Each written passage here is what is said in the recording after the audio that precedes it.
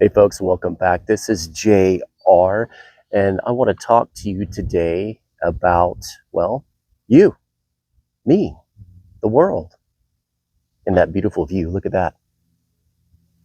Isn't that gorgeous? This is the Salish Sea, Pacific Northwest. I'm on an island, beautiful island. And I tell you what, I'm living my best life, and life is just getting better. Has it always been great? Well, no, it hasn't. There's been pitfalls, there's been setbacks, there's been problems. But that's okay. That's a part of life. That's what those ingredients make the cake of life, right? The cake of life. That's so corny, I know. Well, folks, in the last video, I talked about how I got where I am, not being a wage slave, right? And I will say that to the day I die. If you are making a wage at a business, at a company that you don't own, you are in fact a wage slave because you're trading your time for wages and you're conforming. Now, listen, I have done it. I'm not judging you. I'm not judging you. I have been there. I have done that. And if you enjoy doing that, well, this is the wrong pay. This is the wrong channel for you. But if you're someone that wants to reach beyond that and utilize your fullest potential, and you have it, then stay with me. Listen up. So I drove across the United States on and off for 16 years as an over the road truck driver. Imagine that. Now, I had a lot of fun, a lot of adventures, met a lot of great people, ate a lot of great food, drank a lot of great drink. It wasn't all bad. It was lonely. And one thing I noticed was that while I was out on the road, all the things I have ever done in my past, right, whether they be good or bad, I had time to reevaluate it and ask myself questions as to why I did what I did. That's something we don't have much time to do these days because everybody's in a crunch. You know, they have to work their butts off. They got a mortgage, they got kids in college, they got car payments, and everything's gotten so expensive, right? I mean, what was it, 2018, the average home price was roughly $200,000. And now the last stat, if I'm not mistaken, I'm sure somebody might correct me, is approximately $500,000. How can anyone afford that, right? But man, people just keep grinding and grinding, and now they're starting to lose their desire to have these things. And you know what? That's okay. That's okay because you don't have to have a house. You don't have to have a car payment or a house payment. You don't have to do anything. You don't have to do anything. It's what you want to do. That's what you should be doing and what works best for you. When I was out on the road driving, I had a lot of time for reflection. And I knew there was something more to this life, something more to me. I wanted to, I wanted to write my own check. I wanted to forge my own future. Whatever cliche you want to use it if it applies to you. And over the years, I was just heartbroken that I was spent so much time away from my family. And I thought to myself, here I am slaving away for a wage, away from the people I love, and doing the things that I want to do. Why? Because I want money. That was my motivation. That's where I went wrong. I wanted money. Now, listen, I understand we have to have money. I get it. Money is what makes the world go round.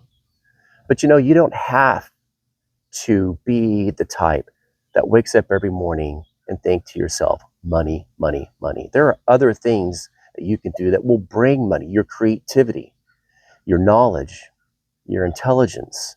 These things can create money for you. They can. What that is for you, I don't know. Maybe a content um, provider.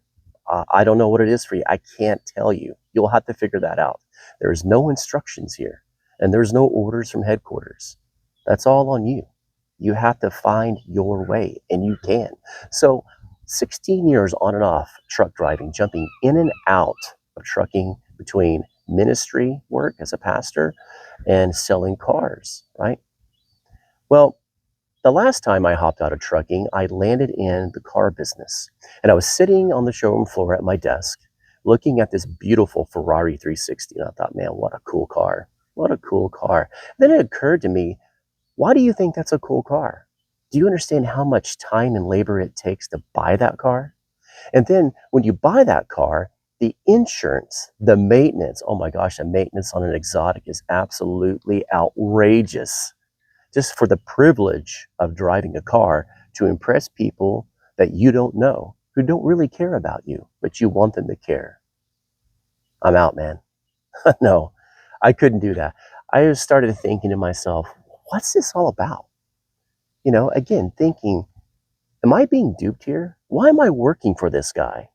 Why am I building another man's empire when I could be building my own? No, I don't want an empire. Don't take that the wrong way, but I think you get the vein of what I'm saying here. And so I started thinking, I'm going to pursue my dream and move to the Pacific Northwest. I told my wife, I said, listen, we're moving. We're moving. I told her that many years ago when I first married her. We've been married 28 years. We first got married. I told her we're going to move to Pacific Northwest. She's like, oh, that's great. And I've taken her up there a few times to look around. She absolutely loved it. Never thought it would happen. From Oklahoma. Never thought it would happen. But I'm sitting there on that showroom floor that day, and man, a bulb went off in my mind. And I thought to myself, I'm going to do it. I'm going to make the jump. Come hell or high water, I'm getting out of here. There are broader horizons, better horizons, more beautiful places to live, right? Wouldn't you agree? And so I came up with this plan in my mind that I'm going to go buy a semi-truck, just the semi-truck itself, no trailer, and I'm going to lease on in the Dakotas, right? And get a little part of that oil boom up there. Maybe haul frack water, maybe crude, whatever they had, right? Make some money so I can move to Idaho. Well, so I got on Craigslist and I started looking at job ads on Craigslist. And would you know it, there's some on there. And I'm looking, I'm scrolling, and I'm thinking, the wheels are turning. You ever had that? The wheels are turning. You're like, yeah. And you're envisioning yourself doing that. You already see the end product, which is the house, the car, the money, and the happiness that you think is associated with that endeavor. Well, I'm scrolling down and I just happened to see an ad that said, come work in Seattle, housing provided, all expenses paid. And I thought to myself, well, that's the Pacific Northwest. I've been to Seattle. It's kind of a hellhole, I guess you could say, some would say. I think it's a beautiful place. I enjoy going there, but it has its pitfalls. We won't get into that right now. It doesn't matter. But so I answered it. I gave the guy a call. He was from Texas originally, living in Washington, running and managing a trucking business. I think there was like 13 trucks, 14 trucks at the time, dump trucks, truck and trailer dump trucks. And there was this project going on downtown Seattle for Google, building their building down there, and asked me if I would like to do it. Now, when you're on that job, you make between $50 and $60 an hour. It's good wages. I was happy. So I thought about it, called him back, and I said, okay, I'm going to take it. I told my wife. She's like, oh, all right. So a couple of weeks later, after they sent me the money, I went up there. I got plugged in immediately, went straight to work, found a place to live, bought an RV, and everything was going along well. And about a month later, less than a month later, my wife and my son, which he was 7 years old at the time, they came up. And they were awestruck at how beautiful this place is, and that it was actually working out. You see, I materialized it in my mind, and I said, I'm going to do it, and I made it happen. Absolutely. I'm no different than you. You can do the same thing. Now, I'm still working at a wage job at this point, right? But I stepped out in faith, and I believed that I could do this. Made it happen. They asked me at that job to stay for 6 months. I stayed for 16 months. But in the back of my mind, every morning at 4:30, 5 o'clock when I was up, in the back of my mind, something was telling me, you're made for greater things. This is just a step. There's another step to take.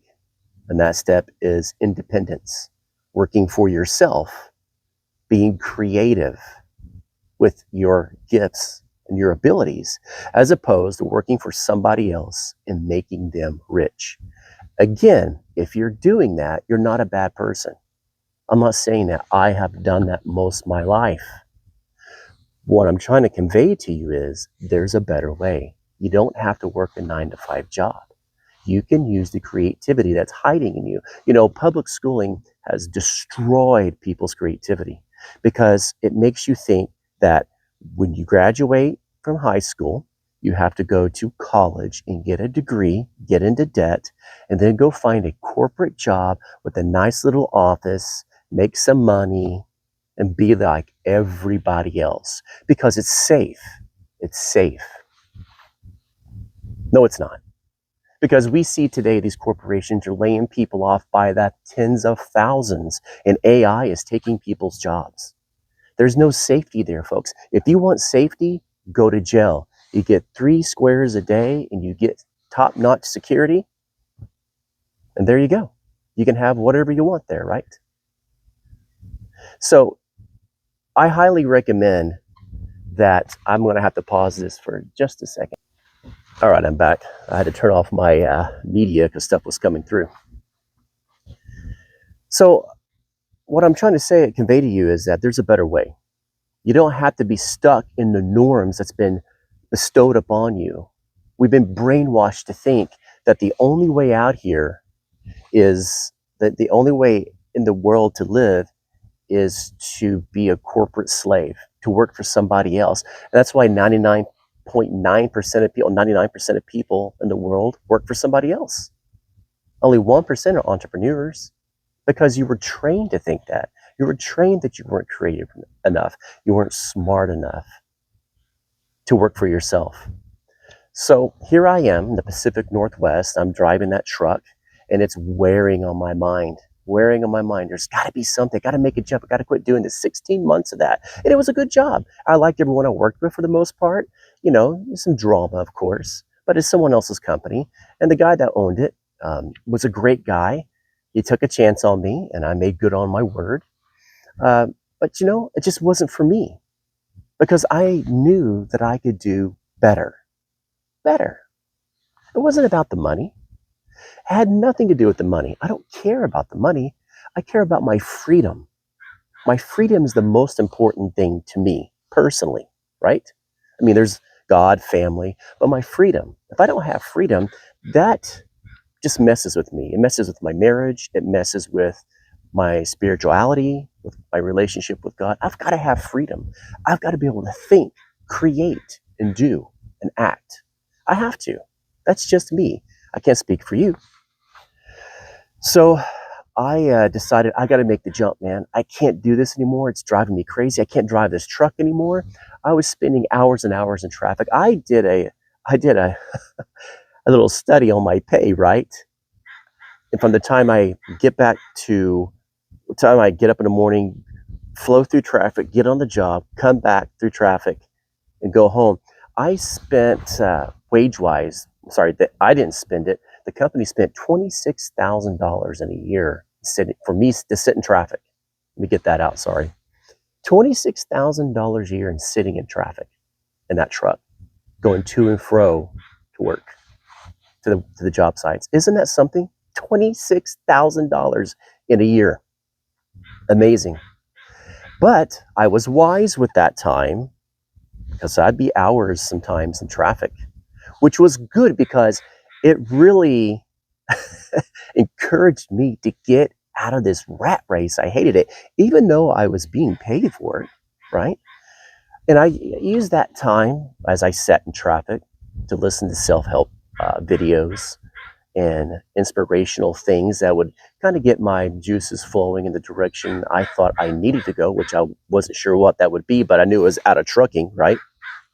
So I left trucking, went back to the car business. One day I said, I'm done, I've had enough. I can't sit in this truck anymore. Can't do it. So I went to the car business, bombed out on that, man. The economy was horrible. So I started door dashing.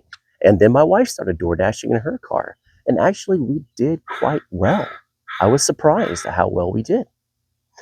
And so during that time, I was meeting people, getting ideas. I was thinking, and I went to bed one night and had a dream. And I had this dream about junk removal, owning a junk removal service. Isn't that amazing? I woke up the next morning and I thought to myself, I have this new Dodge Ram out here. It's doing nothing but draining my bank account, right? You know, $600 a month. Why don't I put it to work? So I went on Craigslist, right? You know, where I found the other job. I love Craigslist, by the way. You can be successful on that if you're smart. So I went on Craigslist, and for $5, I could put an ad on there describing what I want to do. Junk removal. $75 is what I said. And I put 4 or 5, I think I put 4 ads, $20. And the next day, all of them, I got messages on all those, man. All of those.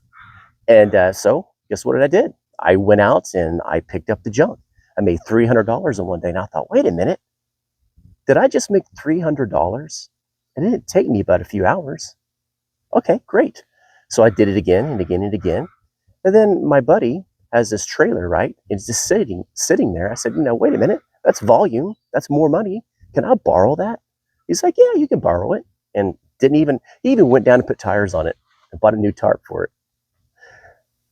He's a great guy. And so I used that trailer, and then I bought my own trailer. And then guess what? Here we are. We're rolling along. Now I'm still doing DoorDash on the side, but listen to this. This is so great. So while I'm doing DoorDash, this junk removal business is starting to take off. And I thought, you know what? I'm going to get some business cards and I'm going to pass them out to the people at the door taking their food. And the good thing about that is that they're happy to see you. I had nothing but great experiences with DoorDash. I have a good personality. I get along with everyone. But man, I had such great conversations with people. I met the coolest people you could ever meet in DoorDash. I could tell you stories and stories about DoorDash. Maybe one day I will. But I thought, why don't I pay myself to advertise as opposed to paying to advertise? Why don't I pay myself to advertise by continuing for a while to do DoorDash and pass out my business cards? Listen, I have an audience right there. What are they going to say? No, I have their food. So I'd give them the food. They're happy. And guess what? A card. Hey, by the way, Mr. Customer, Mrs. Customer, I have this great little service I'm starting. It's junk removal. And if you or anyone you know that needs this type of service, would you be kind enough to pass along my card? Oh, man, it was great. I got so many jobs from doing that. And I came across this this ad guy, worked for an ad agency. And I handed him my business card. Being in advertising, he spotted it right away what I was doing. He's like, dude, he goes, that is genius. He goes, you are paying yourself to advertise your business. He goes, you're going to go far. And you know what? It wasn't just maybe 3 or 4 months later, I dropped it, DoorDash, and went full time with my junk removal service. Then eventually I bought a nice big box truck with my logo, my face, and on the side of it. Dude, it's beautiful. It's great. I never thought, years ago, I never thought that would happen. I have a business with my face on plaster on the side of a truck. And it happened. It happened. You see, life finds a way. Success finds a way if you can summons it. If you can believe in yourself and say to yourself, I can do this, you will do it. Listen, I'm not the smartest guy in the world. I'm just some dumb hick from Oklahoma, some think. But I made it happen. I most certainly did. I didn't think I could at first, but I thought to myself, I have a right to succeed. I have a right to be happy. I have a right to do the things in life I want to do. If everyone else gets to do it, why am I any different? Why are you any different? You're not. You have a right to be happy. And listen, life is not about happiness all the time. And you don't want to live a completely happy life all the time. I know that sounds counterintuitive, but you don't. You want to have the full experience, right? The fullness of the human experience. There are lows, there are highs. And in those low times, you have an opportunity to learn and to adapt. And with that information, right, you can help other people as I'm doing today. This is the whole point of what I do. I'm not getting paid to do this. I'm doing it because I care. Because I know what it feels like to be stuck in a job that I hate, knowing deep down that there is something better out there and I'm capable of doing it. I just need a push in the right direction. I always thought, man, I wish I had somebody in my life to help me out, to guide me in the direction I need to go. And you know what? That didn't really come except for through YouTube. I took advantage of that by having a personal friend that pushed me in that direction. Didn't happen. I had to do it myself. And one thing I learned through all this is that I am either my biggest cheerleader or my biggest critic. Think about that. You're either going to encourage yourself or discourage yourself. Don't discourage yourself. Don't do it. Don't listen to anyone else. If anyone else is telling you that you can't do something, well, guess what? Go do it. Prove them wrong. I know I did. And so I just want to encourage you today to look beyond what you've been told is normal. Look beyond what everyone else has said, what you should, in the realm of what you should do, because they don't know best. You know best. And I got some curious people here, and it always happens when I turn the camera on. I'm going to pause this until they're out of here. All right, guys. So I had to pause here. I had a boat coming in to dock. And of course, when you're a public place, those things happen. No big deal. But to wrap up, I just want to reiterate to you that this happened for me. It can happen for you. But it's going above and beyond on what you're doing now, which is not working, right? So if you look beyond, what has been handed to you and see that there's better horizons out there, you too can come to the same conclusion. But you have to want it. And that's the key, wanting it. I wanted it. I achieved it. I'm no different than you. You just got to open your eyes and realize you've been lied to, and that there is more to this life than just a wage. Your time is important, and trading your time for wages robs you of your creativity. And that's the thing I want you to understand. Creativity is everything. Until next time, this is JR. Over and out.